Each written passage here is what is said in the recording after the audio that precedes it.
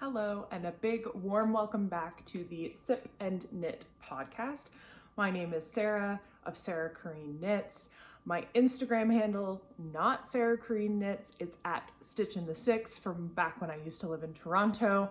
That information will be down below, along with my Ravelry. If you're interested in any of the projects that I talk about today, there will be links to those when relevant on Ravelry. I'm not the most up to date there with my projects, but there are a few things that were self-drafted or that were sort of modifications of an existing pattern that I will write out what I did so that you understand what it is that I'm talking about and if you would like to recreate it. So that's a little bit about me and what you will find in the description today. As for what I would like to talk about, it's been a while.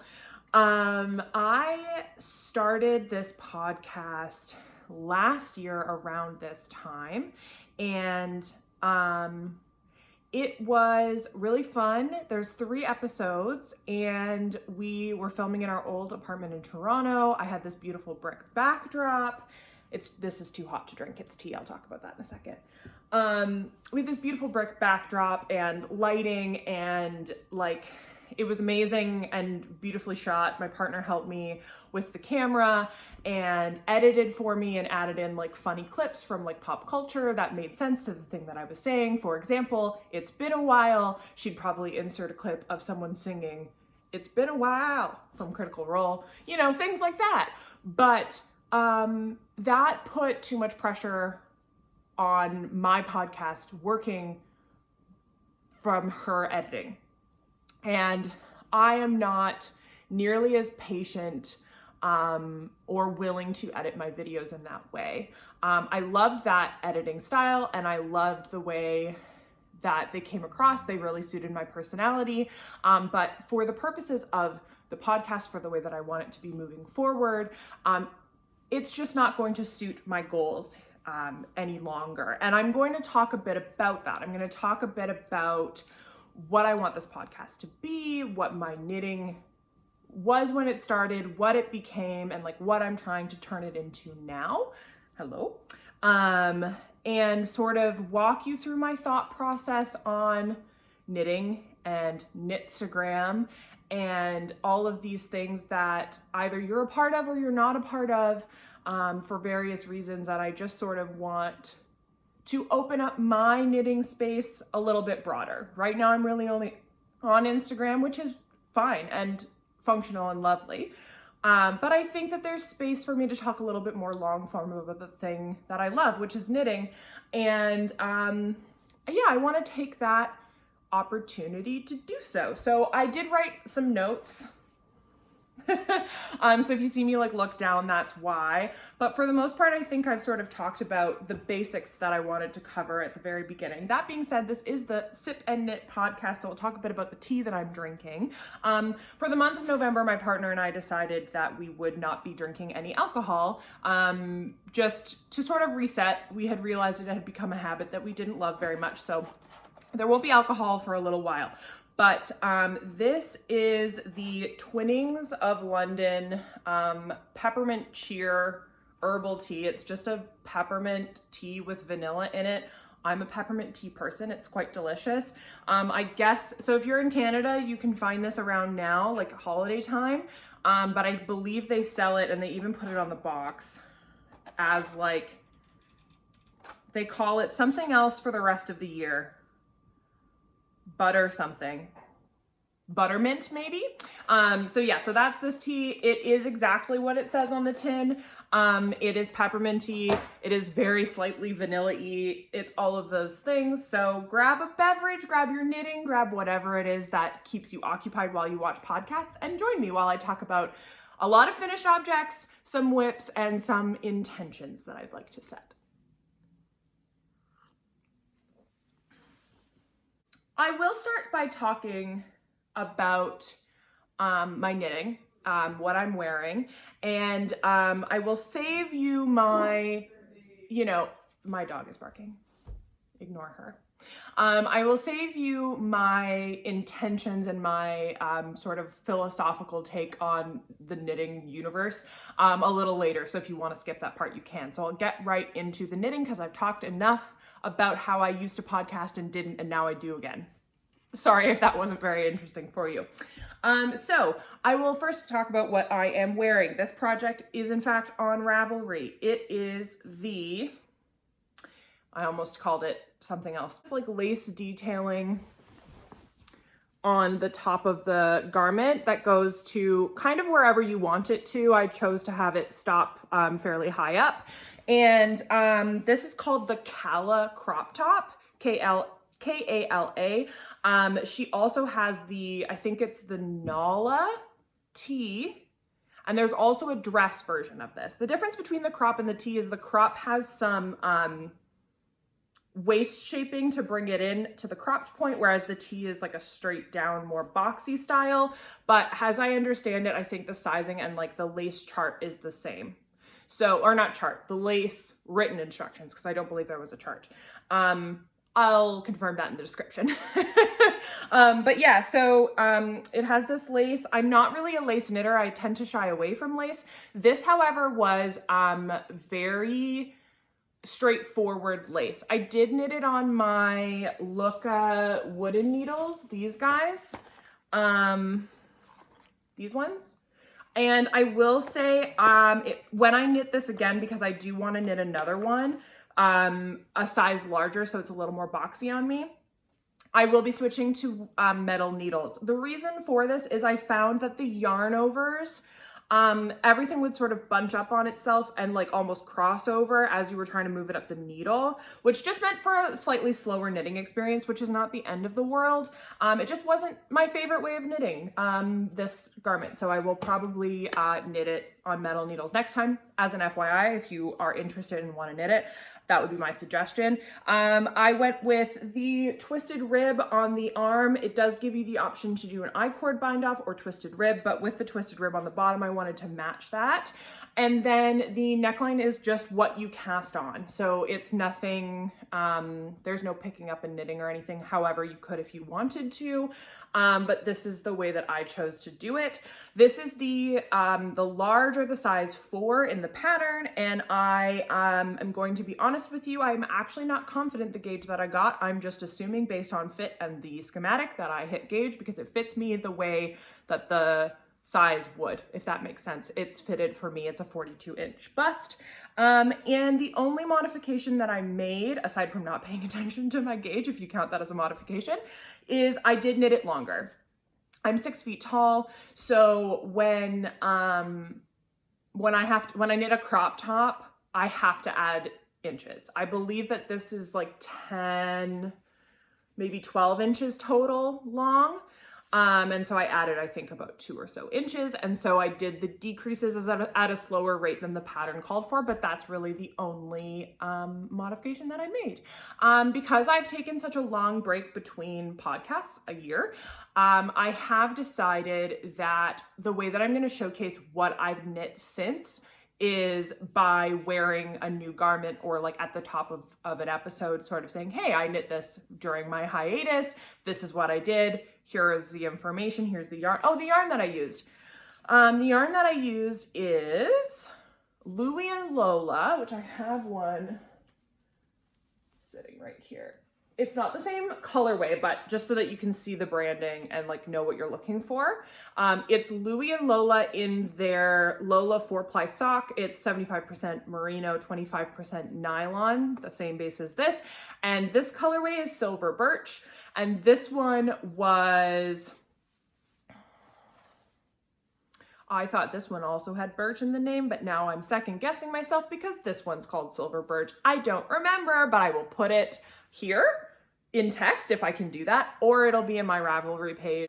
So that's what this is yarn wise. I did use 2 skeins. I have a little nugget of about 20 grams left over from this, which you will actually see in a whip of mine in a moment here. I say a moment, I've probably been talking for a good 20 minutes.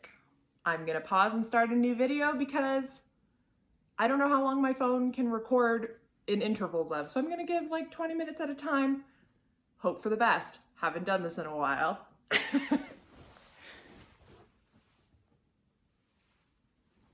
Okay, we're back. So that is the FO that I'm wearing. I knit this in the summertime. There's a photo on my Instagram of my cat sitting on it, I believe. And it was part of Pip and Pins, that's the designer. It was part of Pip and Pins. They did a cowl.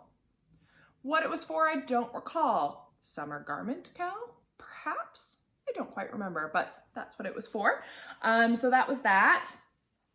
And there's a post on my Instagram of the yarn itself if you want to see it like skeined up, and if you want to know the name, it's also there. So that's good to know. Okay, we're going to talk about whips for a minute here. Or I'm sorry, we're going to talk about FOs for a minute here. The finished objects that I have for this episode are abundant, and I'm going to touch on that for a moment. For the month of November, I essentially put down all of my personal whips and decided to work on gift knitting. I am a personal knitter. I knit for myself. I knit garments, shawls, socks, etc. For myself and often for my partner. I've knit my partner 2 sweaters and a multitude of socks. But for the most part, I knit for what I need and what I enjoy. When it comes to Christmas time, I celebrate Christmas. I start to think a little bit more about what I could make for friends and family. I've only been knitting for 2 years, and last year, I don't believe I knitted any gifts. I don't think. I have a bad memory though. I could have, but I don't recall doing that. But yeah, I think this year, the reason I decided to knit so many gifts is that I live much further away from my family than I have previously. We moved up to Northwestern Ontario in March of this year, and I will not be visiting my family for Christmas or seeing my friends or anything like that, except for over like a Zoom call. So I sort of decided this year that I would put my knitting down and pick up knitting for others as a way to feel connected to them while like distant, geographically speaking. So while there are a lot of finished objects for the month of November, that is not reflective of my usual pace. I have been knitting faster and with more self-imposed deadlines than I typically do. And I'll talk about more of that in like my intentions bit of the podcast. But without further ado, it's a lot. We're gonna jump right into it, okay? So the first thing that I wanted to talk about are these socks. They are knit for my partner's grandma. My partner's name is Monica, and her grandma and family live in British Columbia.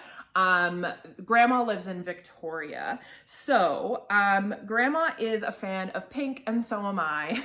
And so I've had this yarn in my stash for over a year. I bought it last year, actually shortly before I started the podcast, from the Knitting Loft in Toronto, along with a few other sweater quantities and things that I will discuss when I knit them. This sock set, she gives you 80 or 85 grams of the main self-striping colorway and 30 grams of the contrast, which I really like because I like to do the contrast for all 3 spots you would sometimes do a contrast. I know some folks will do a contrasting cuff and toe and do like an afterthought bullseye heel. There's a lot of different ways that you can sort of go about self-striping yarn.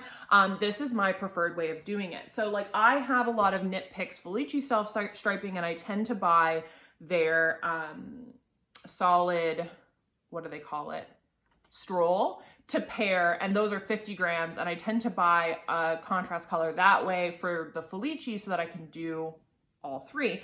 So getting like an 80 to 85 gram stripe with a 30 gram contrast is like my, I think like preferred way of doing like an indie dyed sock set, because you don't have you have leftovers, but it feels a little less daunting of how much stripe to contrast you have, if that makes any sense.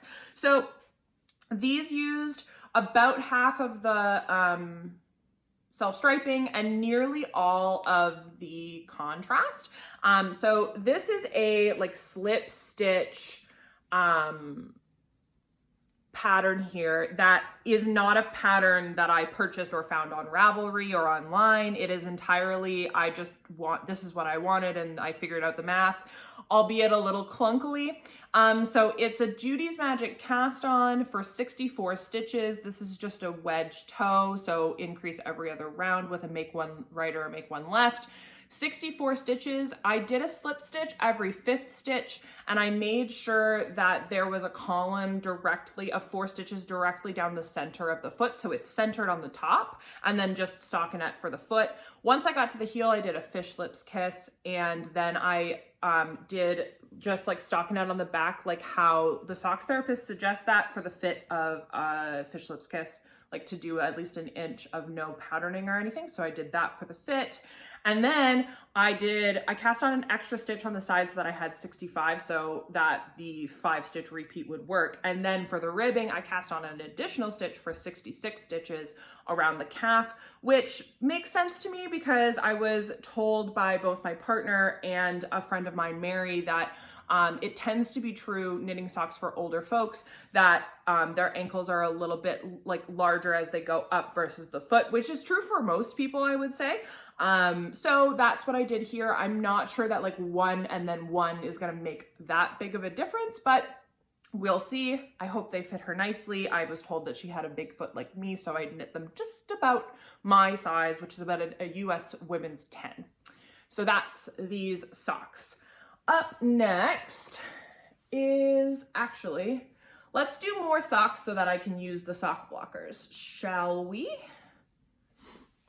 So up next are some more socks that I knit for my partner. I wear hand knit socks, but not nearly as often as my partner does. And so I tend to I tend to ask her to pick the colorways that she's most interested in and knit socks with her stitch count in mind, which is 72 stitches.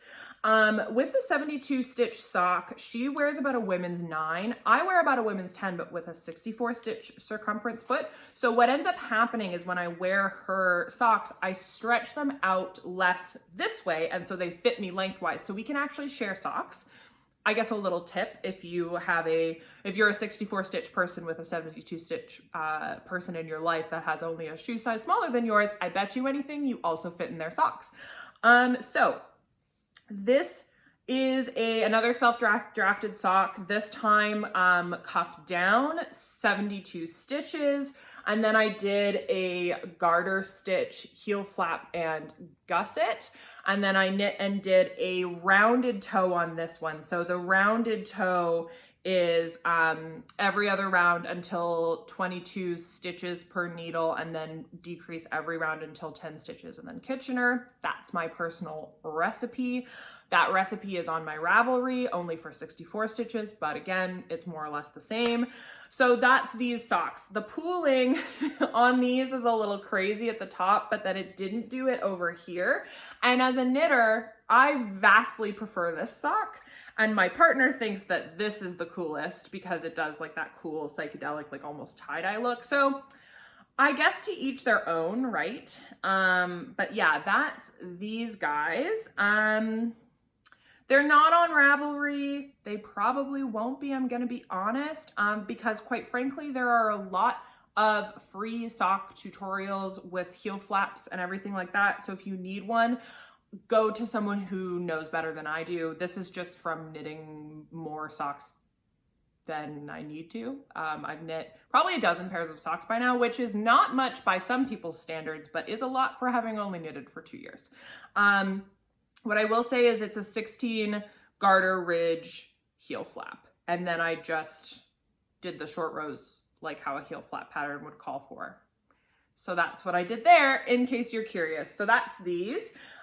These are for my partner, and while she chose the yarn, and I'm not forgetting to tell you the yarn, I genuinely forget. I think they were a Color Story, which is like an Estelle brand yarn, which is like a thing in Canada. In a lot of Canadian yarn stores, they have their sock yarn. It's an 80-20 base, and it's a little nylon-y feeling. As an aside, if you care about that, just an FYI. but that's those. Last sock, and it's a half object, and I will explain why in a moment here. These are, again, my partner. So my partner went to, we don't have a yarn store in town, but we do have, oh, excuse me, that's not for you. We do have a like sheep farm near us that sells fluff and sheepskins and just general hunting gear and those types of things. But they do sell a small amount of yarn, and they do sell wool wash. Smell wool wash? Same thing. And I really needed some. So I asked my partner, she was on her way back from a town over, and I said, can you stop there? It's called Egley's. Can you stop at Egley's and get me wool wash? She said, yeah, of course. She did. It was great. It was the eucalyptus scented, the bottle with the gray circle cap. Anyway, that one.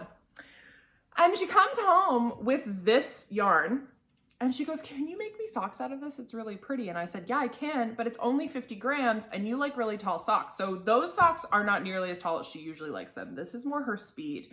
This is not using the entire 40 grams, or 50 grams, but pretty close, probably about 40. And I did these toe up, make one right, make one left, every other. And I did a Fleegle heel, which that was my first time ever doing one. And let me tell you, I really enjoyed it. So let me see if I can show you. It like does like a cool, I don't know how to explain it, but you start this way and then you increase, and then you have all these stitches like around this circumference.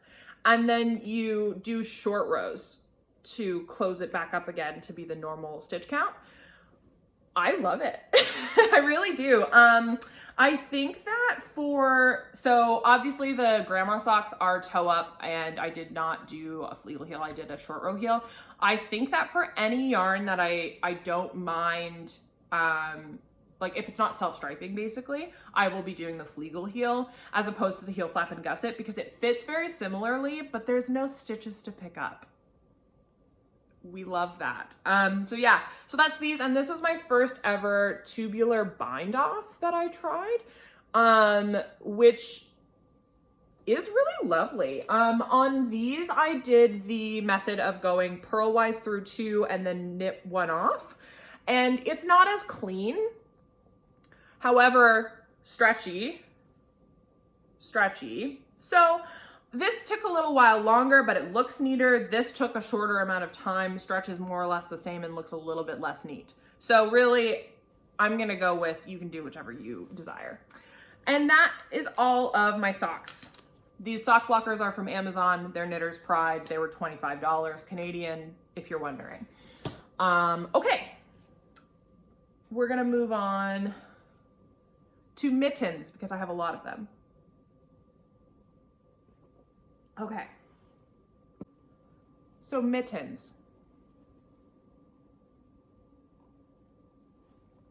Mittens have become my gift of choice if I don't want to do a hat, or if I've done a hat and I would like to give them a set. I have a few mitten patterns in my library. A lot of them are Norwegian style, like colorwork mittens, or not necessarily Norwegian, but a few of them are from like Skein-Deer Knits and stuff. But colorwork mittens that are fun, but a little more time consuming for me as someone who doesn't knit colorwork often, for a gift purpose. So these were the first pair of mitts I made this year, and I think this is what sort of spurred my I must make everyone mittens problem. Solution, both. So these are, now I'd say I have a lot of mitten patterns in my library, and I do. The World's Easiest Mitten, World's Simplest Mitten by Tin Can Knits is a good one if you know that you have like fingering, DK, worsted, bulky, and you want a pattern that's going to give you the stitch count for all of them and it's free. That's a good one. But I purchased last year Andrea Mowry's Tinsel Mitts, which typically have like a slip stitch down the center of both the front and back. There's a full mitt, fingerless, and convertible mitt option. I have that pattern, and I pretty much, it's for DK weight, I pretty much adapt that stitch count and that thumb for every mitten that I make because I bought the pattern and I'm gonna use it, if that makes sense. So I omitted the slip stitch because I wanted these to just happen, and thankfully I did, because a week later we got absolutely wrecked with a snowstorm. So I was very happy to have these. These are Nutidin held together with mohair. The Nutidin is this, like, here, I'll get it so that you can see. And the mohair is hiding from me, but that's okay. So the Nutidin is this very beautiful purple, gray, aqua, navy, red. There's so many different colors happening in this. And the mohair, I don't know if you can tell, is this like really pretty pale aqua blue. And so when you put them together, the combination is really beautiful. This was gifted to me by Kat from Heather and Hops. If you are a knitter who watches podcasts, my guess is you probably watch hers. She's a knitter based in Hertfordshire, if I'm saying that correctly without my British accent.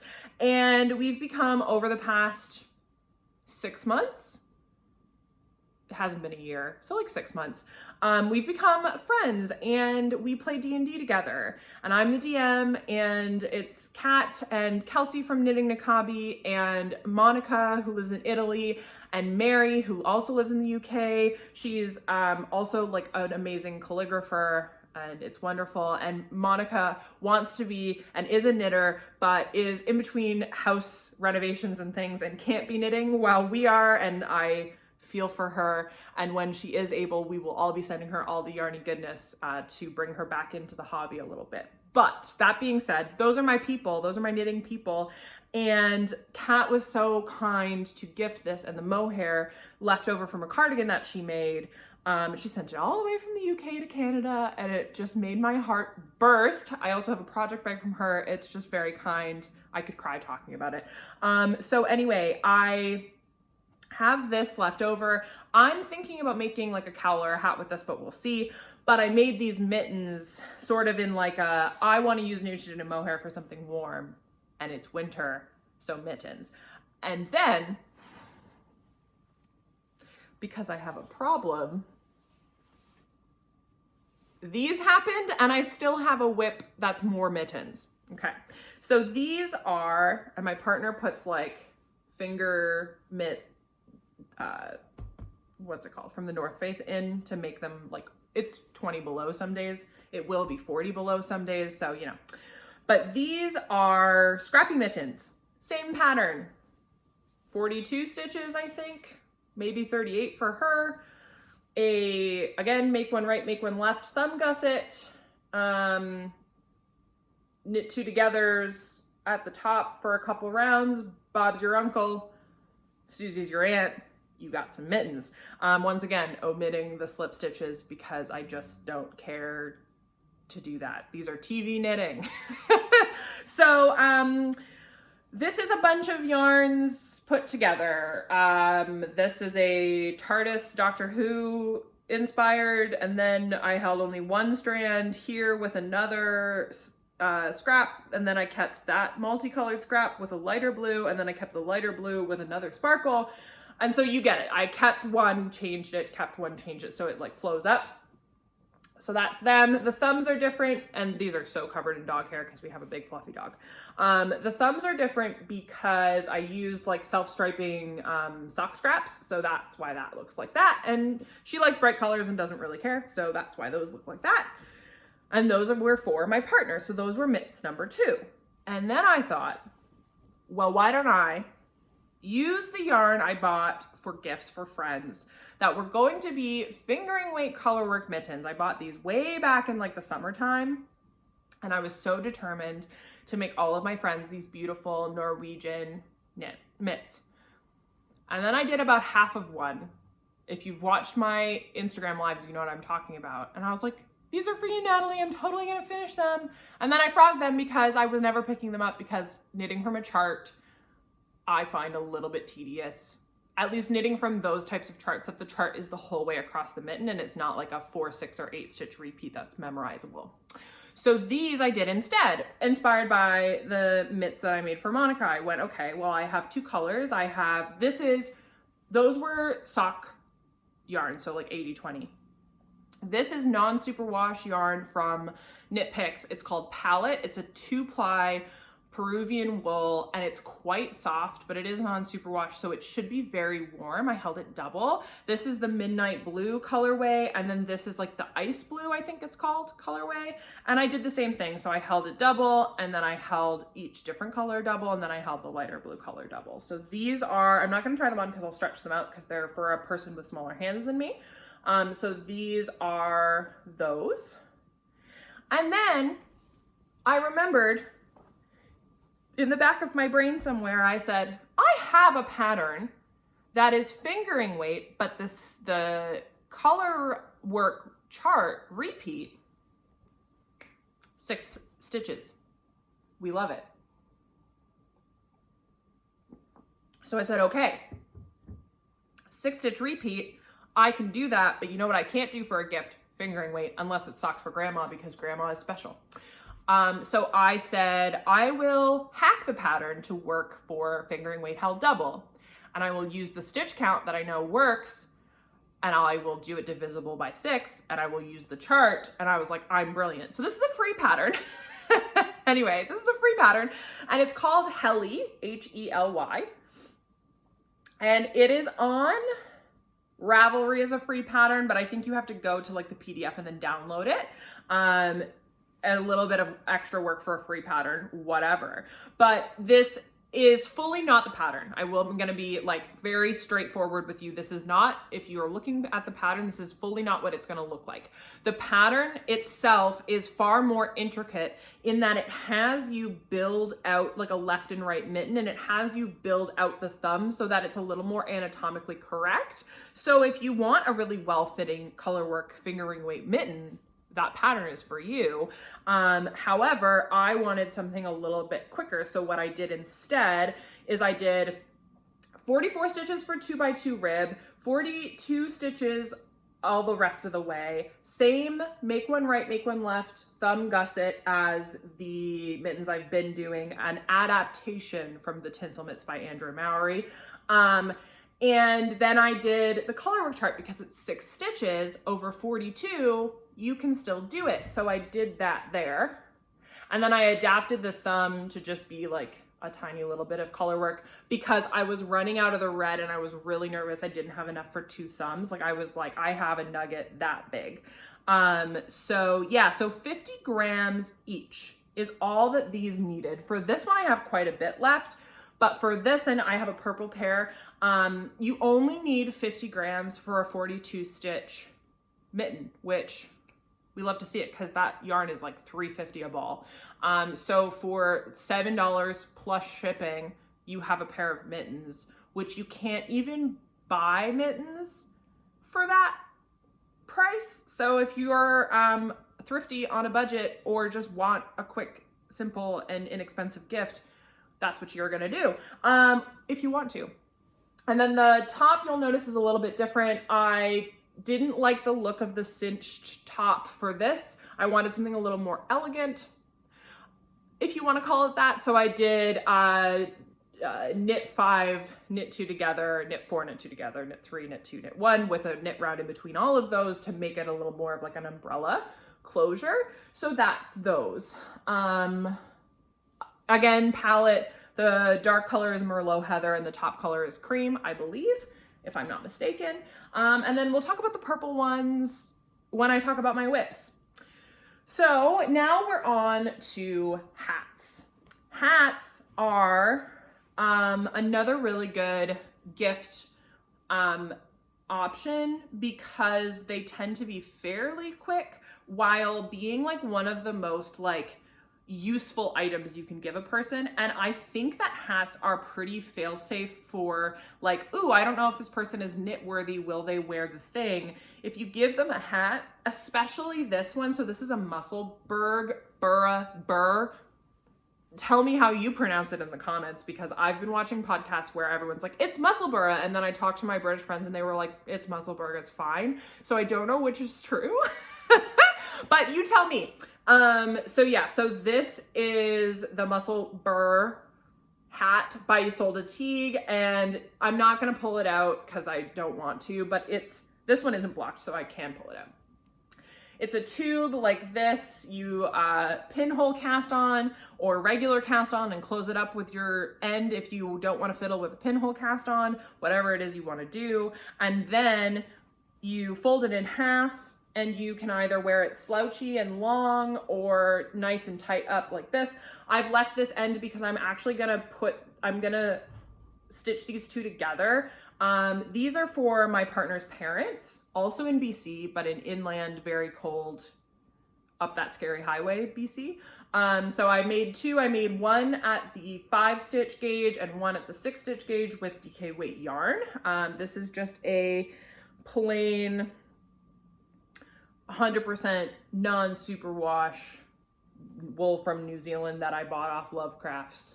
I think it's a King Cole brand. I didn't keep the ball band. So that's that. It probably looks a little silly, but I don't want to pull it over my forehead because I'm wearing a little bit of makeup and I don't want to get it on there. But this is super dense and warm. This one is not blocked yet, but it's going to be a little, like you can see, it's a little bit stretchier and a little bit like looser on the head. And I figured I'd just make like two of the same but slightly different hats, and then they can have a discussion on who gets what. This is the adult medium. This is the adult large. And yeah, these took 2 and a bit 50-gram balls of DK weight yarn. So not exactly one skein of DK weight, but if you have a fingering weight yarn in your stash that you don't want to make into socks, this hat is perfect. It absolutely can be made with just one skein of fingering weight. However, it will take you a little bit longer, obviously, because you're going to want to pick a denser gauge. Probably the 6 or 7 stitches. So next, what I have made for a friend. So this is for her, this is for her boyfriend. This one's not blocked. This one's made with like a more worsted bulky weight. So that's why it looks bigger off the hop. So, this is made out of, superwash, merino from Knit Picks. It's the worsted weight swish, I think they call it. And again, it's in like a Merlot heather. It's whatever this is, but the superwash version. Garnet heather. I bought a sweater quantity of this. I'll talk about it later. It's one of my planned projects. I bought a sweater quantity of this and they accidentally sent me swish. So I now have a few more skeins still that I haven't made. I've made hats and things for people to try and to gift it out. But yeah, so this is the Violet Waffles hat. It's a DK weight pattern and it is free on Ravelry. I made it with the worsted, but that worsted feels like a DK to me, so I figured it was fine. And I used a German twisted cast on so it's nice and stretchy. And this is like a nice, like, slouchy kind of look. So that is for my friend's boyfriend. And then I also made, so I have this like fluffy, I think it's called like a Cloud or something similar from one of the brands that's in the big box stores. So it's either Lion Brand, Burr Hat, or one of those other ones. I don't remember. It was a gift for a Secret Santa from my office Christmas in 2019. So I am very sorry, but I don't remember what this is. I did modify the pattern to have fewer stitches to work up on a larger gauge because that is like, I think category 5, technically it's a bulky weight yarn. Again, German twisted cast on to keep it nice and loose around the head, a nice little slouchy look for my friend. That friend is also getting the like Merlot dark red and cream mitts. So that's for her. And then also her and her partner are gonna get these. So yeah, the Violet Waffles pattern, 50 grams was enough of the yarn to make this, and I didn't measure, but this is maybe 30 grams because the yarn itself is very like lofty and fluffy. So yeah, that's that hat. And then last but not least for FOs, oh my goodness, I feel like I've been talking a mile a minute for like 40 minutes. This is a hat for my friend. Oh, I probably shouldn't say who it's for just in case she watches this. This is a hat for a friend who exists in the world.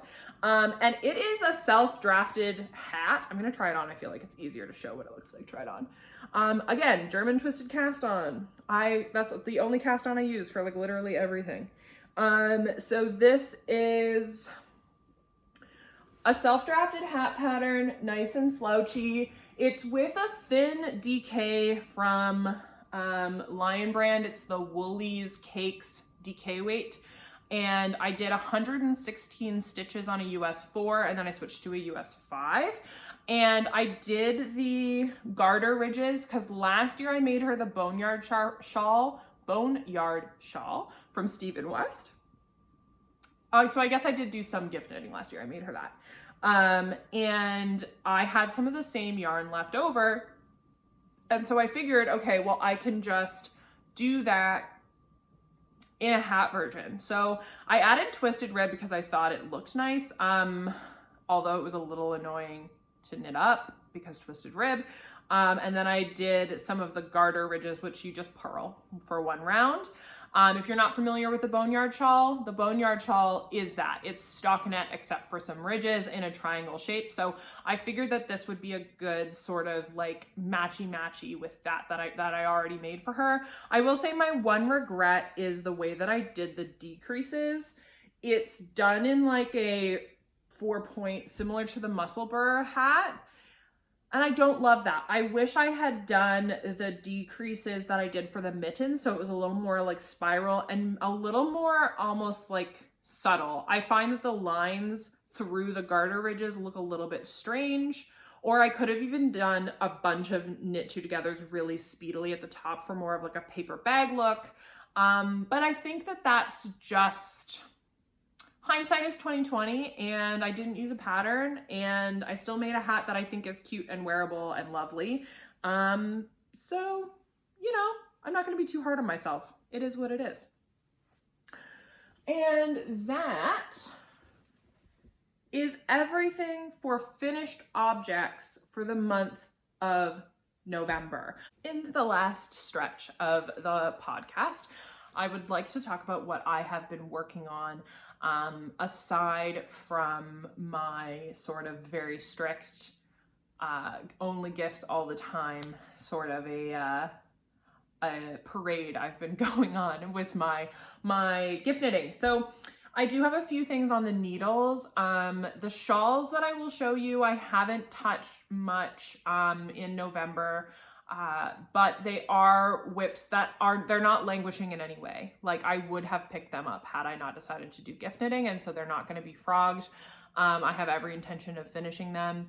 To touch on my intentions and goals for like my knitting practice moving forward, I think that I would love to clear my needles going into the new year and sort of set my plans up in such a way that I feel a little less overwhelmed. And I'll talk about that a little bit later, but that's sort of the goal that I have for myself. So with that said, this is what I've been working on. One of the whips is a gift, just FYI, but yes. So we'll start with this first. It's in a Lovecraft's like mesh bag that they send your yarn in because quite frankly, I don't tend to spend my money on project bags. It is something that I like and I think aesthetically is very pretty. But I have these and I have like tote bags from like my old job, and that's covered in dog hair, I'm so sorry.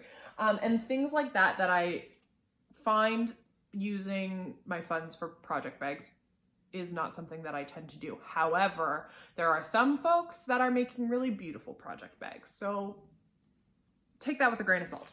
For this, I do have the ball bands because I needed to buy more of the yarn. So I kept them because I knew I was going to need more yarn. This is Briska from Rosa Pomar, and it is a non-superwash, woolen spun, DK to worsted, depending on the gauge you knit it at, yarn. And the colorways I'm using are 10C and 15B. I believe 10C is the gray and 15B is the green. So this, I have ends everywhere because it's striped. So of course I do. And with everything, there's gonna be dog hair, so please don't mind that. So this is, you might already know from looking at it, this is the Joji Locatelli super simple summer sweater. I am affectionately calling it my super simple woolly sweater. And the reason for that is I'm knitting it in 100% woolen spun goodness. The sample is knit out of the same brand, Rosa Pomar, but it's the Mungo yarn, which is wool and cotton.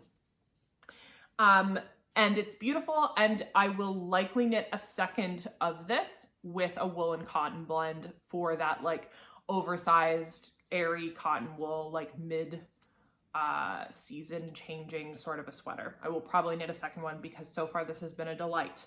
Let's talk about it, shall we? So this is mine. I am knitting it again, differently than what the pattern calls for because I am the worst. So you might be able to notice actually that from here up, it's blocked, and from here down, it is not. I'm not sure if that's visible in the camera. But the reason for that is I wasn't sure. I'm knitting it on a US 8 needle, which is a 5mm. The pattern calls for, I believe, a US 5 or 6. The reason I'm knitting it at this denser gauge is because I'm knitting it out of 100% wool, and I did want to give myself some breathability. A denser gauge, because it's a worsted weight pattern, a denser gauge for me was going to mean a lot of warmth, whereas I like that like option of like, okay, if I wear no jacket with this, I'll feel good. If I do wear a jacket, it'll be that insulating layer, like that sort of bridging that gap. So I decided instead to cast on with a larger needle to give a little bit of sort of like, yeah, airiness through the fabric. I don't know if you can see that, but you can sort of see my fingernail as it goes through. For like wearability, that might not have been the best choice, but I'm not very hard on my clothing, so I don't have any worries about that. But I blocked it on like some cotton to try and determine my gauge so that I could choose a size, because I am typically the size large, size 4, size 42-inch bust in every pattern, because my bust is between a 41 and a 42, depending on the bra that I'm wearing, the time of the month, etc.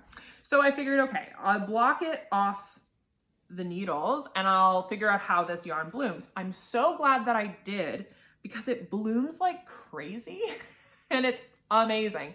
I was watching Chevis from Chevy-Rel's Stuff, I think her podcast is, in her stuff room. I was watching her and she was talking about this yarn and I was like, yeah, it's wild. It just in an amazing way.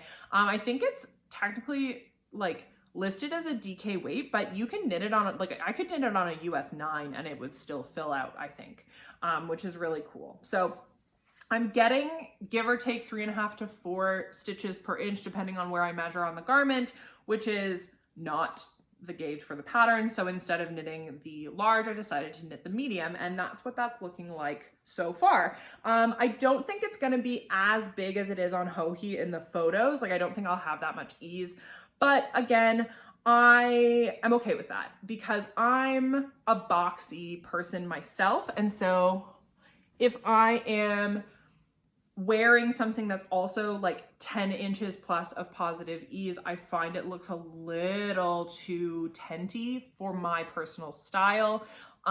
Because I am tall and like rectangular, I find that I would prefer to have either some shaping or some croppedness to it, or something that shows like my figure below it so that I don't just look like a blob in wool.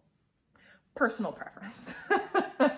So that's that sweater. I'm like halfway through the body. It's very good TV knitting. We're just knitting in the round for a certain number of rounds, and then I switch colors. We love to see it. There's some short rows in there that make the neckline come up from the yoke. All good things. So that's that.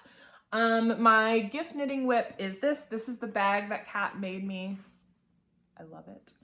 And it reminds me, specifically this rose, reminds me of either a bedspread I had as a child or like a print on a couch that like a grandma of mine had or something. Like, it's so nostalgic to me and I can't place it, and it just makes it that much more special. So anyway, that's that bag that Kat made me to go along with the Nutidin. Thank you so much. These are the same. So those red mittens, but just purple.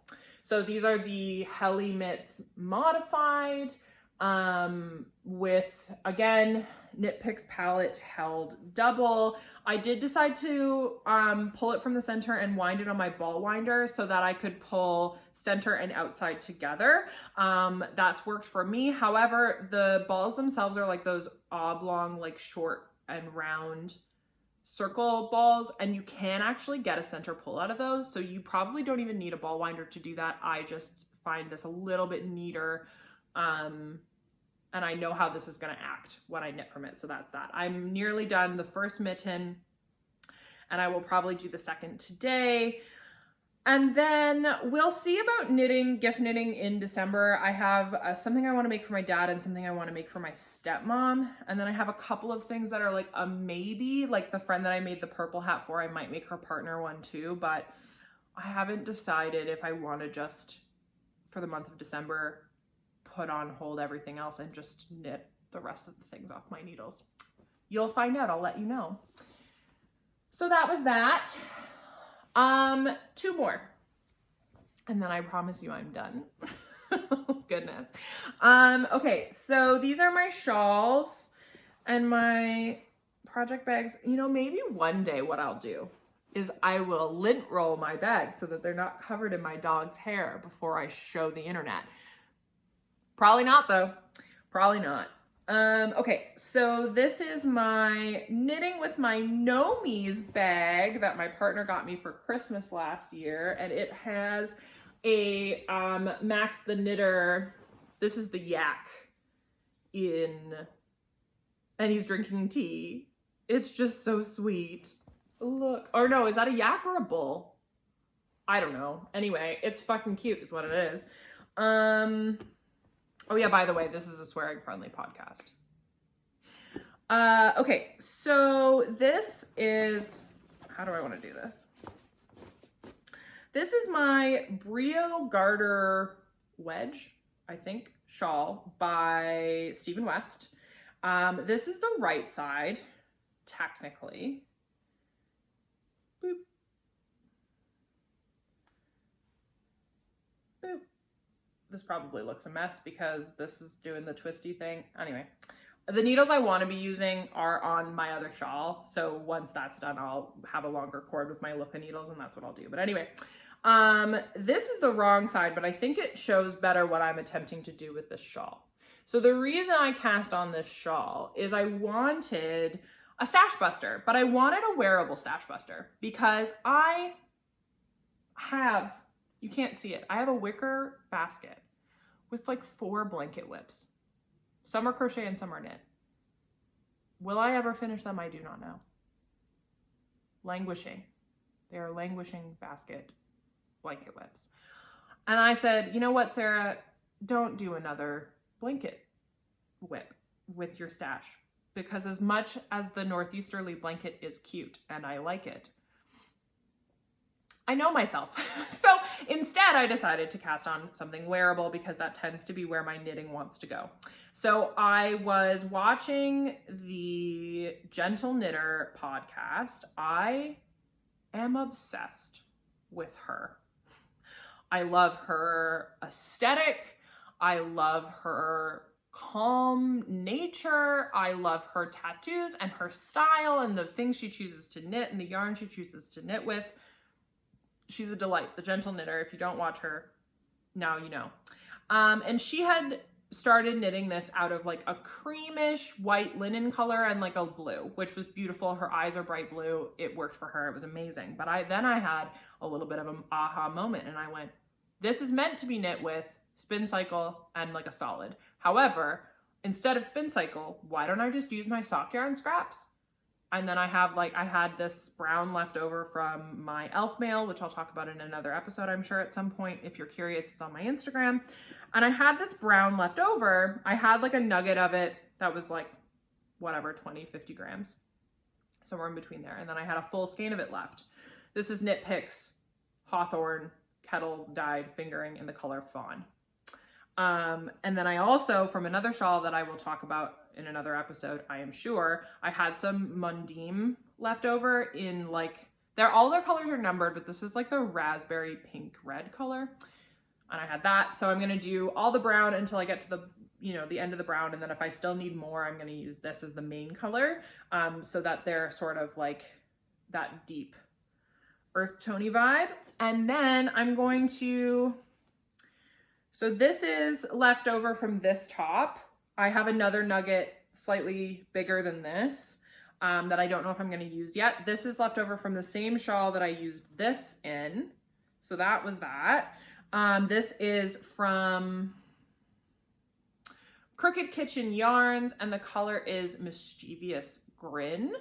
It's got like pinks and purples and golds and browns. It's so nice. When I talk about that shawl, you'll see it sort of in all its glory. It's gorgeous.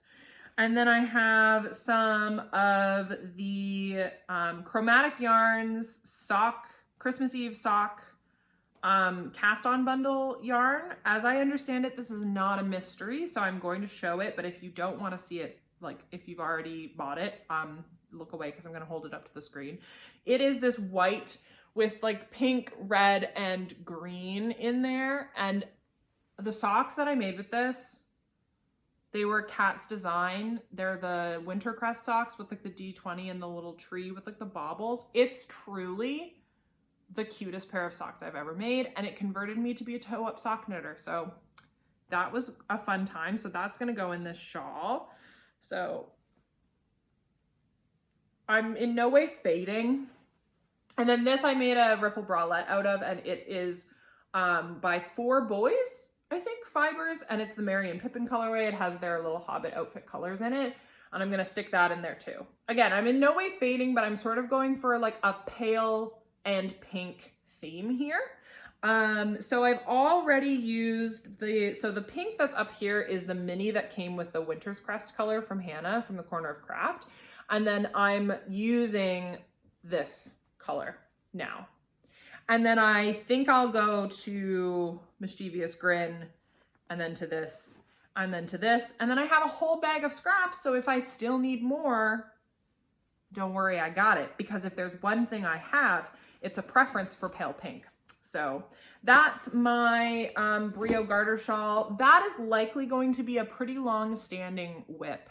And the reason that I say that is I am not much of a shawl knitter. Like, I tend to take my time with it, especially the larger it gets. And this is my first go at brioche. So it's a little more focusy.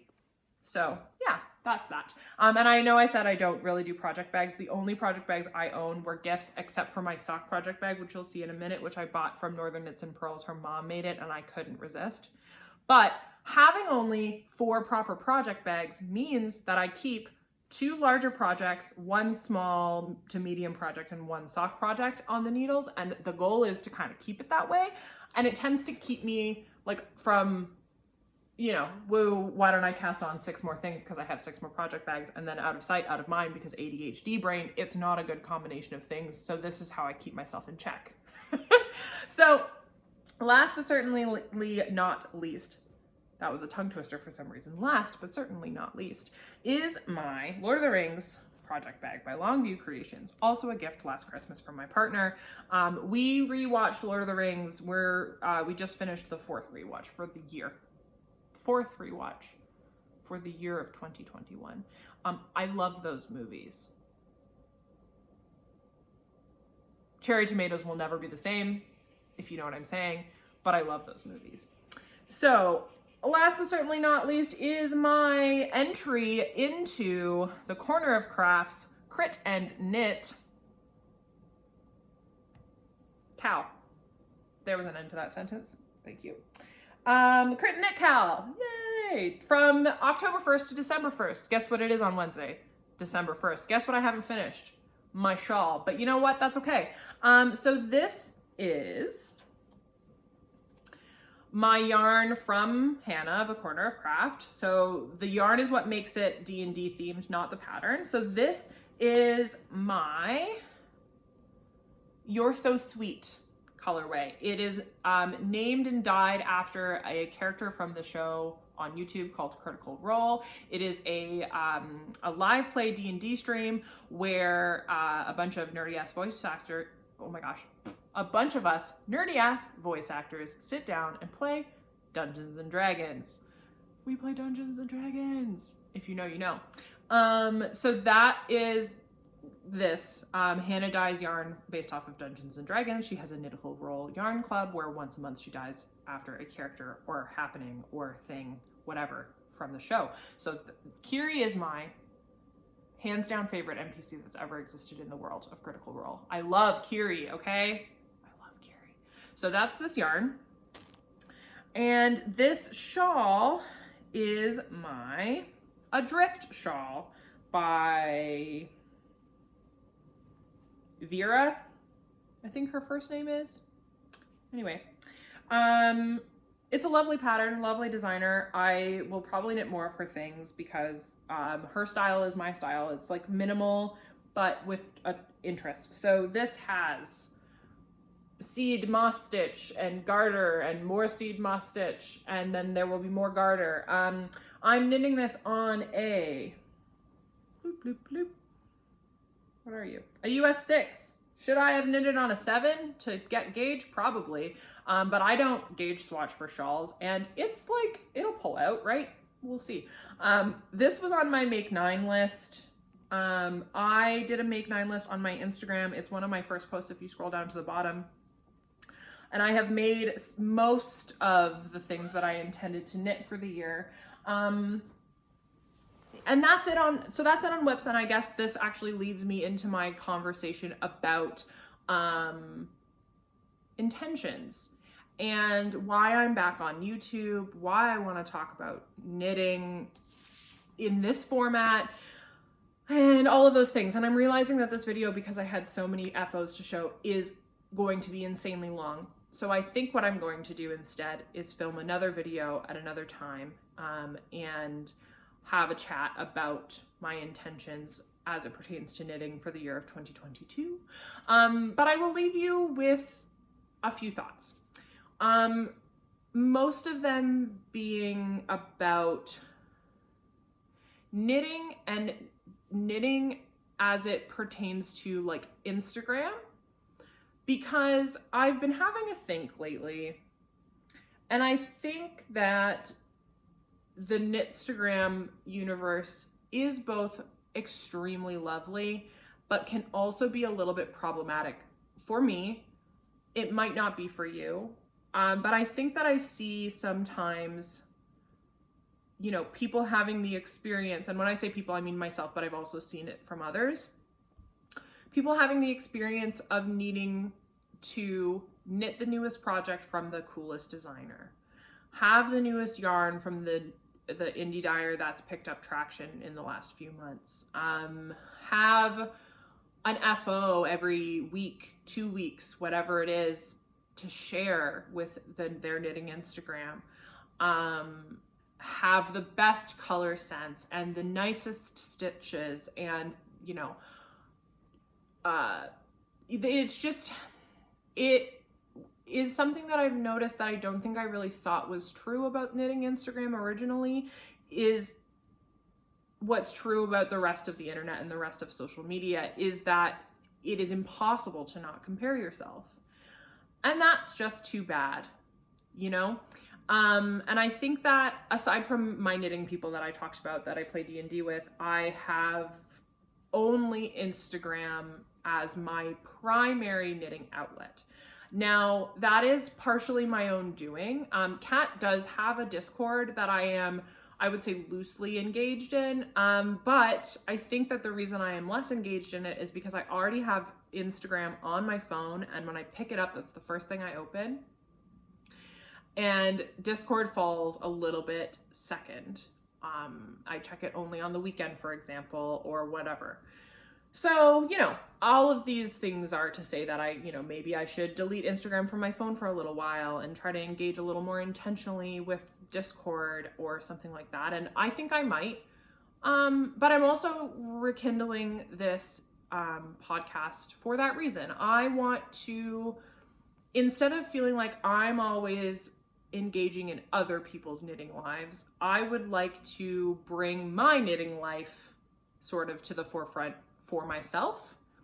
And I was talking to Kat about doing this podcast and a few other friends and my partner, and I was like, I don't really care if anyone watches. I think it's just that I require a place for my knitting that is not Instagram and that is not feeling like I'm trying to get someone to look at what I'm doing, which I feel like that's how Instagram has become, again, for me, and this is the way that I've engaged in it. I feel like I'm engaging in other people's knitting and not engaging in my own on Instagram. And I don't know if that makes sense, but that's the best way that I can explain my thoughts about it. I'm looking at what other people are knitting, the patterns they're knitting, the yarn they're using, the modifications they're making, and it's all lovely and wonderful and inspiring. But then I look at if I'm participating in that or if I'm just accepting it into my life and I'm not really putting anything out to contribute to that, at least not in the way that I think I should be. And that's, I think, where my disconnect from Instagram is happening. I'm sort of putting expectations on myself that are not real. And so my way to combat that is this. I'm going to sit down probably every 2 weeks and I'm going to have a chat at my phone and hopefully people on the other side about my knitting. And if you watched this and you enjoyed it at all and you feel like you have a great knitting community, I would love to hear about it in the comments. If you watched this and you feel like you have no knitting community, I want to be a part of yours. And so maybe you comment and you let me know that and we become friends over the internet or in real life or whatever the case may be. I am putting this out into the world as like an open letter to knitters who aren't knitting the newest, coolest patterns with the newest, coolest yarn. And yeah, I just want to be pals, I think. So yeah, thank you so much. If you stuck around until the end, I got even more cozy in my chair. My tea is almost completely done and cold. Yeah, I enjoyed this. I enjoyed doing this again. I enjoyed doing this much more low tech, much more, grounded feeling. And this is where we're at. This is what we're going to be doing. I think my next video will be a little more, not that I didn't talk a lot just now, but my next video is going to talk a lot more about what I was just saying about intentions and knitting plans and my relationship to my yarn stash and all of these things that I think we all have this relationship with knitting, right? We have a relationship with the thing that we do in our day-to-day. That's true for anything. We have a relationship with tea or with coffee or with food or with television or whatever. We have a relationship with these things. And I think my relationship with knitting has been it's been stretched. And I want to block it. I want to bring it back down to size. This is editing Sarah with very bad lighting and front selfie camera mode activated. I just wanted to take a moment to say that I have made some very lovely online knitting pals through Instagram. I didn't mention that while I was having my chat because I think I was a little more in my feelings about it. And I would be remiss if I did not mention that I have some folks who like we've made like Instagram DM friendships. And they're a place that I can go to talk about my knitting, to ask questions about my knitting, to, you know, laugh about silly, you know, family drama and whatever else. So if you are one of those people and we've DM'd or I've test knitted for you or whatever the case is, just know that I do consider you a knitting friend, and I would consider you a regular friend. I just am sort of being critical of my way of interacting with Instagram. It has nothing to do with the people that I've met on Instagram. So I just wanted to preface that because I don't think that I was clear, and I just want to make sure that I'm not being rude where I don't need to be rude. And yeah, I'll leave you with that. And thank you so much for watching. I'll see y'all in the next one. My name's Sarah of Sarah Curry Knits, and this has been the Sip and Knit